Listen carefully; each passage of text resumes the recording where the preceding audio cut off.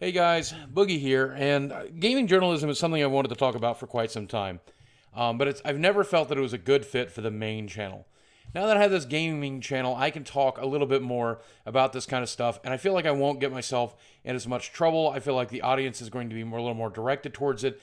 A lot of people that watch my main channel care more about me than gaming. Here, it's all about gaming and gameplay, and I think this is a good place to get stuff like this off of my chest. So, without any further ado, I want to talk a little bit about gaming journalism, about the way gaming is reported to you, about YouTube personalities, about a lot of stuff. And I expect this to take a while, so why don't you boot up a video game and listen to this, and maybe you'll agree with me, maybe you'll disagree with me, but I think it's definitely worth a listen.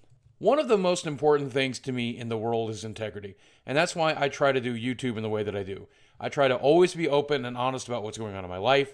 Whenever I'm getting paid off, I let you guys know that I'm getting sponsored. Whenever I'm working with a company and I get a review copy, I've always let you guys know that. I have always tried to meet my own standards.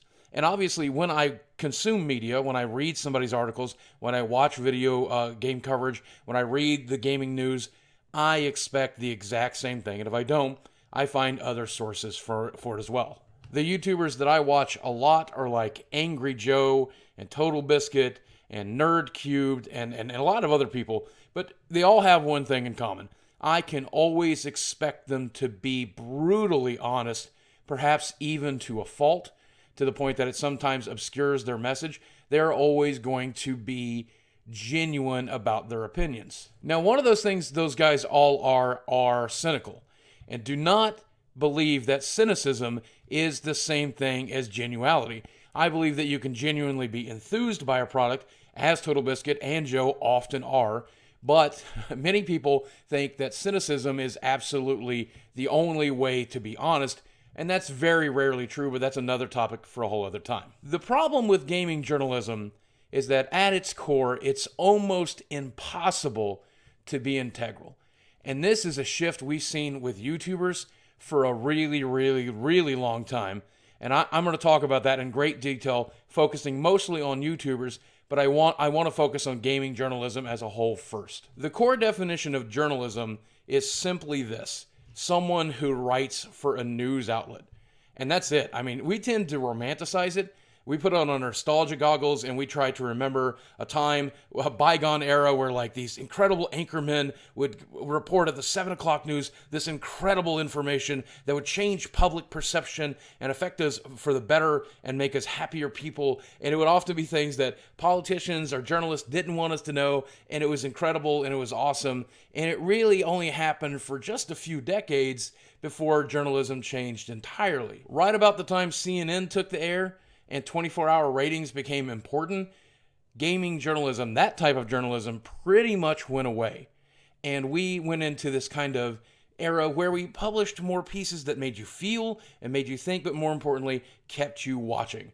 And that's what it's been pretty much my entire lifetime. When I think of journalism, when I think of the news, that's what I think of. The supposed danger that lives in your kitchen, or squirrels riding on skis, or pets that can talk, or the girl that fell down the well, that's all it's ever been to me. And that's why I don't have a huge amount of respect for what journalism is supposed to be. I don't put it on a shelf. I don't think it's magic. And I've never believed that. It might have been that way during the Nixon era, but it's certainly not that way now. In the case of gaming journalism, it has always been exactly like this for as long as I can remember. There was a period of time during Electronic Gaming Monthly where the articles were pretty much about video games and they were pushing screenshots and information at you. But even back then, most of that stuff was being spoon-fed to them by the corporations making the games. They would get a press release, they would get a disc full of images that they were allowed to publish, and they just simply put it in the magazine because that's what they were told to do. I subscribed to Nintendo Power growing up, and I loved that magazine. But you can barely call it a magazine because in reality, for the most part, it was a catalog for their games and games being published on the Nintendo systems. It absolutely was there to showcase the different games, the different gameplay, the upcoming games, the type of things you can do in those games to make you either engage with them by renting them or by purchasing them or even pre-ordering them. That was the entire point of that magazine, and every magazine ever was like that. And sure, occasionally we'd get a review that had a real opinion in it, and occasionally there would be actual editorials with real opinions, and occasionally we would get an article about like Jack Thompson or the state of video games or violence in video games or those types of things. But pretty much the bread and butter was always that gaming content which was being spoon-fed by the corporations to these magazines so they could stay alive. And modern day gaming journalism is a product of that era. Modern day gaming journals are exactly that. They're influenced by two major influencers. They're influenced by advertisers and the corporations that give them their content. Publishers are very, very much in control over what is released and when it's released. And if you don't play ball with those corporations and do it pretty much exactly the way they want it done, they will blacklist you, as we've seen Stephen Totilo talk about when it comes to Bethesda or Ubisoft. They're just simply going to keep you out of the loop, and you won't get spoon-fed the information that is your product. And without that content, you don't get clicks and views, and without clicks and views, you simply will not get to engage with advertisers. Without advertisers, you don't keep the lights on, you can't afford the rent, you can't continue to hire people, you're over, you're done, your site shuts down. We've also seen in the past year a lot of advertisers either deciding to back certain people or pull away from certain people because of certain things, and that's obviously the way that advertisers influence these gaming journalists as well. Absolutely, advertisers have a lot of sway. So not only do you have to create the content in the way that the people who spoon feed it to you want it created, but then you also have to create it in a way that the advertisers are happy with, and that's like impossible. Like, you're trying to walk such a narrow line that it's almost impossible to pull off. So remember, I'm talking about the cable news networks, right? CNN and Fox News, all those years ago, came up with a new type of content, and call it what you will, slime, or human interest pieces, or feel-good pieces, whatever you call it, that non-content that they used to fill a 24-hour cycle and to engage the viewer, that is what gaming journalism has tried to do today.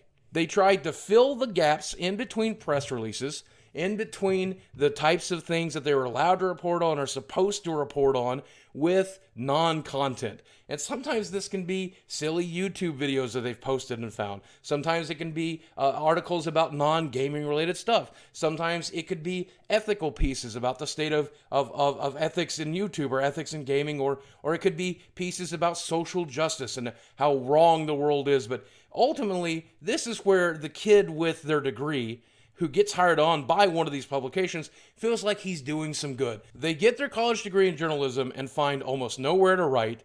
They end up at a gaming publication, even though they're not crazy about games. And when they're handed down the screenshots or the game or the press releases that they're supposed to regurgitate information about, they do their job. And in between, they write these interest pieces, these social justice pieces, these pieces that they hope are going to change the world, that fulfill them as a person. Or I guess I should say fulfills them as a journalist. And I'm certainly not above that, okay? No YouTuber is. We all create non-content. We all create things that are not about video games if we're gamers. We create personal interest piece, things about what's going on in our lives, engaging with the audience. That's the lifeblood of YouTube. Nobody is above that. However, when it comes to reporting games to you, or showing you gameplay, or playing a game, or talking about screenshots or gaming news, no YouTuber is afraid of being blacklisted. Because for the most part, most YouTubers aren't on any lists. You look at the guys right at the top, right? And they're making enough money to where they don't need to be on any list. They'll just buy the games and shit on them anyway, to quote Jim Sterling, right? The people in the middle are often influenced, and that can happen with sponsored content. We'll talk about that a little bit towards the end. But most people in the middle and the bottom know that they have to be opinionated, they have to be honest, they have to be integral, because YouTubers live and die by their integrity. If their audience doesn't trust them, if their audience doesn't like them, they've got thousands of other YouTubers they can watch that they do like and trust. If you don't have your integrity, and if you're not honest and open and opinionated, people will not watch. Most YouTubers don't give a shit what Bethesda or Ubisoft or EA thinks about them. And if they don't like something they've done, they're going to come at them with both fists swinging.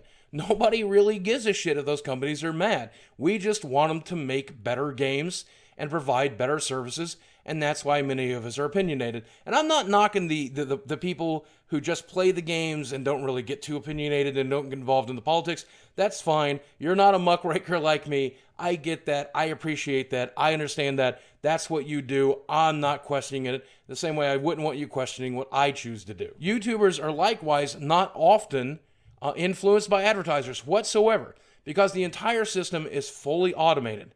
It shows up no matter what. If I make a video complaining about a video game, there's still a chance that that video game will have an advertisement before, after, or on the side of that video. Multi-channel networks and YouTubes look at demographics and statistics and numbers. They don't look at opinions. They don't look at any of that shit. They just serve the right ads to the right demographic using the right keywords, and that's it. At the end of the day, my advertisers don't give a shit about me, and I don't give a shit about my advertisers. It's just a business transaction. That's all. Now, we have seen this change a lot in the last 2 years with YouTube, because as these same companies that would advertise on these gaming journals, they have decided to start paying more attention to YouTuber influencers, as they absolutely should. And I think it's the smartest decision they ever had. Thanks to the FCC, YouTubers have to be very, very open and honest about their advertisements. And for the most part, since all YouTubers know they live and die by their integrity, they're never going to take a sponsorship that they would not otherwise already endorse or be excited about or anything along that line. So it's pretty rare that a check is big enough to where any YouTuber worth their salt is going to lie or mislead their customers or advertise a game or product that they're not otherwise genuinely interested in. So to recap a little bit here, if my job is to be spoon-fed information and then regurgitate that to my audience, obviously I'm not going to want to do anything that's ever going to upset anybody. I'm going to do my job as I'm told to do it. The only other type of content I can create is junk pieces, feel-good pieces, personal interest pieces, social justice pieces, something to fill the gaps in between pleasing the guys who pay the bills. That, quite unfortunately, describes the majority of gaming journals today. But if instead I live and die by the engagement of my audience, by their trust and love and belief in me, by their love of my opinions and their trust in those opinions, then I have to make a choice, either to be true to my consumer, which is my viewer, or to be true to the guys who are pressing me to try to do the thing that they want me to do. Obviously, I'm going to tell that guy to go fuck off. I'm going to focus on my audience. That's the hardest route, sure, but it's the best route. It's the way to engage a modern day audience. And that's where gaming journalism has gone completely awry. They're afraid to be opinionated about the games themselves. Well, sure, we can all agree that video games may or may not make more people violent, or our video games may or may not be misogynistic. Those pieces we're willing to write, but we're not willing to write about the games themselves. We're not willing to pick them apart. We're not willing to tear it into pieces. We're not willing to say these screenshots look amazing. These screenshots look like shit. This video game plays like shit. This video game plays great.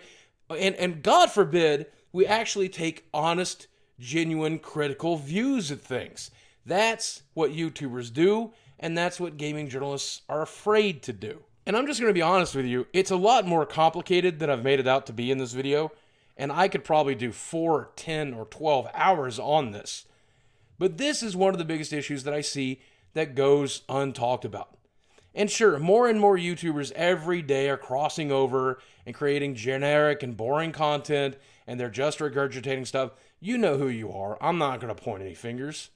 But I will say that we've got it slightly more right than video game journals do, and I certainly hope that we don't continue to move in that direction. I hope that we continue to be trustworthy, interesting, and entertaining and opinionated people. And I look at some of the actually genuinely interesting and talented people that work at these journals like Giant Bomb and Polygon and IGN and even Kotaku. I know that these guys can get it right. And I really hope that they choose to.